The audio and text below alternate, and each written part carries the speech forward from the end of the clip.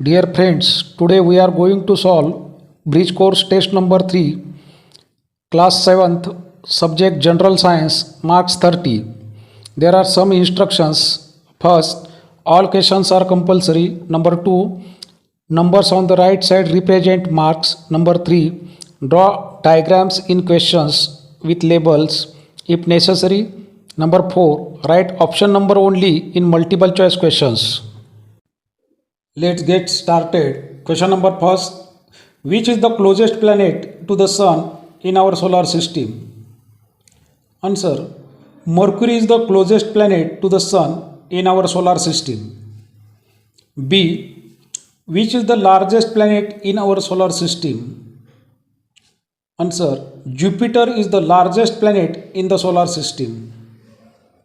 Then third, C. Which planet has life on it? No other planet other than the Earth has life on it. So the answer is the planet Earth has life on it. D. Which planet is also called the red planet?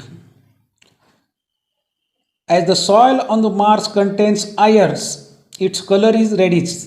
So the answer is Mars is also called the red planet. Question number 2. Give 2 examples of each, 4 marks. Number 1, flowering plants. म्हणजे ज्या प्लॅन्ट्सना flowers येतात त्यांना flowering plants म्हणतात. The plants that have flowers are called flowering plants. Example mango, hibiscus, roses, marigold etcetera. Then non flowering plants.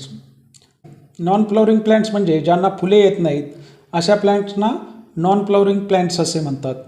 The plants that do not have flowers are called non-flowering plants and they are algae, ferns म्हणजे शैवाल. algae म्हणजे शैवाल आणि ferns म्हणजे नेचे. Then third question, fill in the blank with appropriate words. 4 marks. A. There is attraction between ... poles of a magnet. Options are opposite and like. Friends, try to understand there is attraction between opposite poles of a magnet and there is repulsion between like poles of a magnet. म्हणजे मॅग्नेटच्या opposite पोल्समध्ये आकर्षण असते आणि like पोल्समध्ये प्रतिकर्षण असते म्हणजे repulsion असते. So the answer is there is attraction between opposite poles of a magnet. Then question third B. The metal nickel is a ... material. Options magnetic or non-magnetic. Students, listen carefully. The materials that stick to a magnet are called magnetic materials. म्हणजे मॅग्नेटकडे attract होणाऱ्या मटेरियल्सना magnetic materials म्हणतात. Nickel हा metal आहे तो मॅग्नेटकडे attract होतो म्हणून हा magnetic material आहे. So the answer is the metal nickel is a magnetic material. Question third C. Metals like gold and silver can be drawn into wires. This property of metal is called ductility. मित्रांनो लक्ष द्या. मेटलच्या wire तयार करता येतात त्याला ductility म्हणतात व पत्रे तयार करता येतात त्याला मलेबिलिटी म्हणतात. इथे पहा आपला काय क्वेश्चन आहे. Metals like gold and silver can be drawn into wires. This property of metal is called ductility. Question third D. Materials obtained from animals are called as ... Options animal origin, plant origin. Dear friends, listen carefully. Substances obtained from plants are called plant origin and substances obtained from animals are called as animal origin. Milk and wool are animal origin substances. So the answer is metals obtained from animals are called as animal origin. Next question 4. Which machines will you use to do the following work? म्हणजे खालीलपैकी कामे करण्यासाठी कोणते यंत्र वापराल? First, to cut vegetables. म्हणजे vegetables cut करण्यासाठी कोणते मशीन वापराल? The answer is knife. Then for sewing clothes answer is needle. आता या ठिकाणी स्विंग मशीनसुद्धा येईल पण या ठिकाणी आपल्याला साधी यंत्रे लिहिता येतील नीडल. सेईंग मशीन आहे पण ते कॉम्प्लेक्स मशीन आहे, त्यामुळं आपण नीडल याचं आन्सर लिहूया. देन टू कट वूड, लाकूड फोडणे, we can use axe and saw. Then to load a heavy drum into the truck, म्हणजे एखादी जड वस्तू ट्रकमध्ये चढवण्यासाठी कोणतं यंत्र वापराल, तर यासाठी आपण उतरण किंवा फळी वापरतो. So the answer is inclined plane. Then fifth question, identify the form of energy from the examples given below, write from the options given below. There are some energies given in the bracket. First light energy म्हणजे प्रकाश ऊर्जा, then sound energy ध्वनी ऊर्जा, then heat energy उष्णता ऊर्जा, and last potential energy स्थितीज ऊर्जा. Question fifth A, the glass pains of Windows crack, मोठ्या आवाजामुळे खिडक्यांच्या काचांना तडा गेला. कोणती एनर्जी या ठिकाणी वापरली जाईल? The answer is sound energy ध्वनी ऊर्जा. Question fifth B, plants make their own food with the help of sunlight, सूर्यप्रकाशाच्या साहाय्याने वनस्पती अन्न तयार करतात. इथं कोणती ऊर्जा वापरली गेली किंवा एनर्जी वापरली गेली? Light energy. Then question fifth C, when the spring of toy is wound and then released, then toy starts playing. म्हणजे खेळण्याला चावी देऊन सोडले असता खेळणे चालायला लागते. तर या ठिकाणी कोणती एनर्जी वापरली जाईल? तर स्थितीज ऊर्जा म्हणजे potential energy. Hence the answer is potential energy. Then question fifth D, we burn fuel to prepare food, म्हणजे इंधन जाळून स्वयंपाक केला जातो. या ठिकाणी कोणती एनर्जी वापरली जाते? इथं आपल्याला उष्णता द्यावी लागेल. The answer is heat energy. Next question number 6, write whether the following objects are luminous or non luminous. या ठिकाणी 4 ऑब्जेक्ट्स दिलेत, आपल्याला ल्युमिनस आहेत की नॉन ल्युमिनस आहेत हे ओळखायचं आहे. मित्रांनो, आपण प्रथम ल्युमिनस म्हणजे काय, तर जो लाईट देतो तो किंवा ज्याच्यापासून लाईट मिळते असा ऑब्जेक्ट, आणि नॉन ल्युमिनस म्हणजे ज्याच्यापासून लाईट मिळत नाही असा object. The object that gives us light are luminous and the object that do not gives us light are non luminous. A book. आता बुक आपल्याला लाईट देते का? नाही.